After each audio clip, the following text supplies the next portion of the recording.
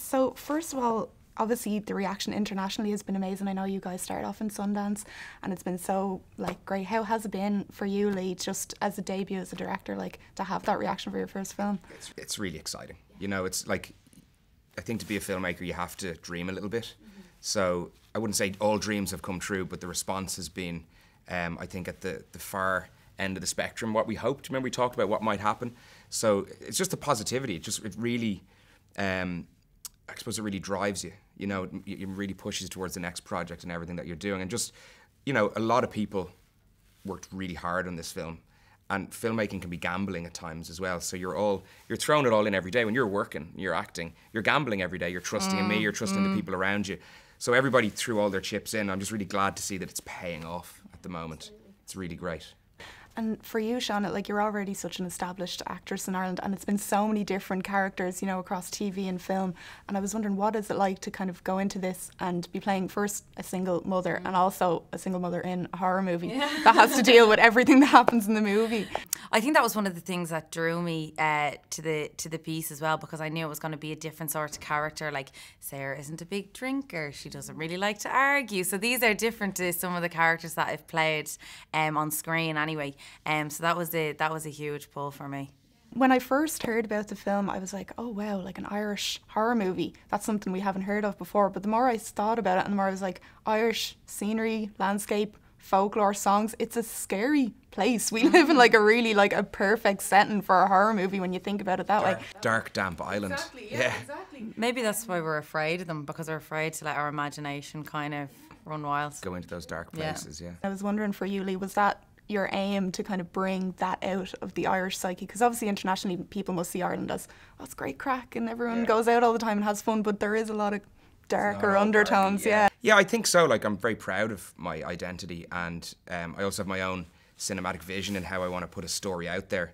And I feel that Ireland can be an incredibly cinematic place when you put it through the right lens and tell the right story. So, like, I do kind of like any time, any town, any place stories, but when I can bring in that little bit of Irish identity with it. So, you know, it's something I was very mindful of in making the film, that people knew it was Irish, but that it could also play in that kind of international way, or at least, you know, have an international flavour.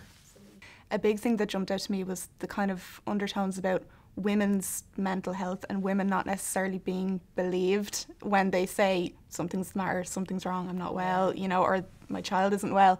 And I was wondering, was that kind of something for you that you had in the back of your mind when you were playing Sarah, the fact that, you know, when she goes to the doctor and she's like, something isn't right here, but the doctor is always kind of pushing back and being like, well, maybe it's all in your head. I think that's one of the most terrifying things of it, you know, when you're like, I'm not crazy, and they're like, sure you're not, you know. That's when somebody doesn't believe what you're saying, and the more you say it, the more, you know, crazy you sound.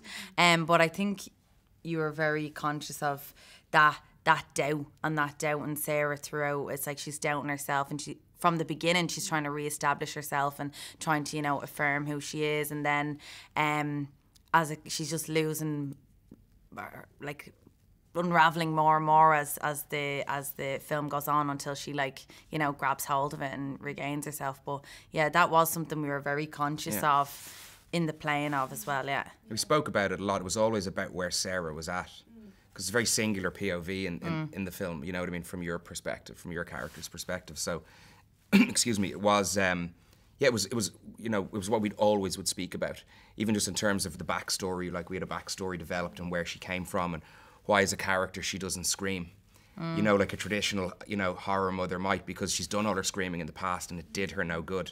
So I think it was really interesting to kind of explore, and I think it gives the film a true backbone, which is something that we really wanted to do. And another kind of underlying theme of it that I suppose jumped out at me as well was the theme of kind of Sarah's relationship with men in her life, because obviously you get a bit of the backstory that she's come from a relationship that wasn't necessarily the best. It was probably an abusive relationship, and now she has all these difficulties in raising her son.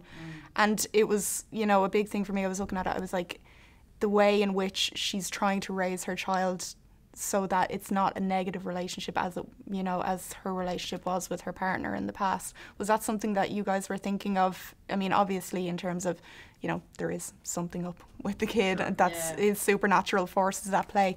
But was that something that you were thinking of when playing Sarah? I think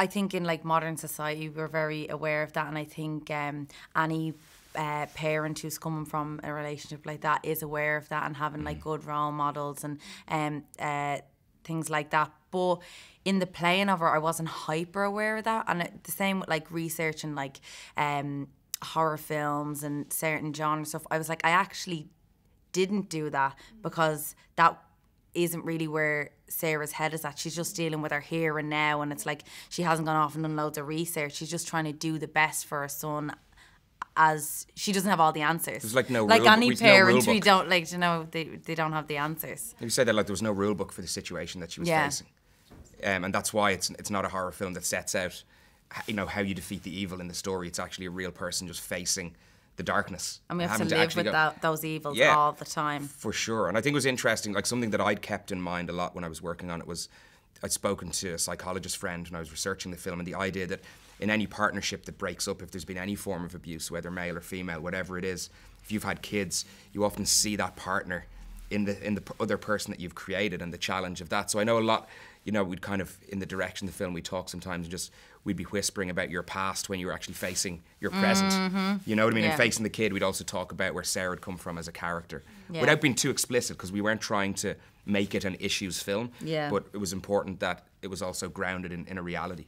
Seána, Kerslake and Lee Cronin, congratulations on the film, because it's brilliant. It's absolutely brilliant. And best of luck. Thank you so much. Thank you. Thanks for the questions. Thank you. Yeah, good questions. Digging deep. Yeah, they were.